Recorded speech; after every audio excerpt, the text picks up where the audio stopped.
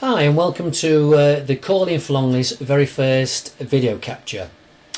We're going to run through some very basics in Photoshop CS6. So your first thing you do is you start your software up by hitting your icon on your desktop and you'll be presented with this page. Now we need to bring a file into here, so what we're going to do is we're going to go into File, Open. I'm going to go to my desktop, which is where the file is. I'm going to bring this file in here, which is called Waterfall at Bedworth. Click on that, press open, and your photograph will be brought into Photoshop. Now I'm going to run through a couple of basic shortcuts. The first one I'm going to run through is press your Control key, press your plus key, and your photograph will get larger. Press your Control key and your minus key, and your photograph will get smaller. So that's one of your first basics.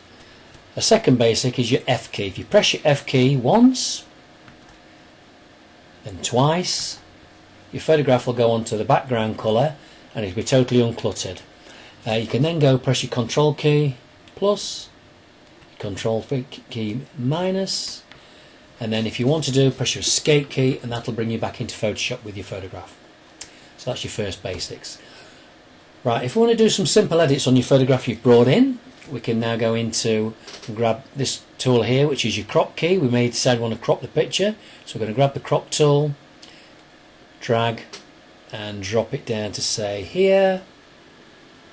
And if you move your up and down arrow keys, you can move the crop sideways, up and down to where you feel you need to want to put it. And once you've decided that's where it wants to go, hit your enter key and that'll lock the crop.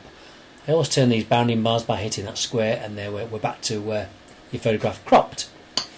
Now we may decide that we want to do something else with it, like turn it into a black and white, so we can go into Image, down to Adjustments, across to black and white, and your photograph will turn to black and white.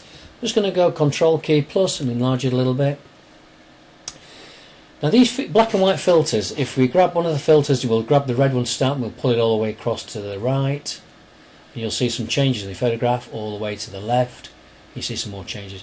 So you can manipulate your photograph by altering these to suit your needs. And when you've got your photograph how you decide you'd like it, and you're happy with that, press the OK and that'll lock it in. So once you've got your photograph how you like it, you may decide that you want to save this photograph. So what we're going to do now, we're going to go save the photograph. So go into File, Save As, and we're going to save it as a JPEG, and we're going to call this on the desktop. We're going to save it on the desktop as a JPEG, and we're going to call this Waterfall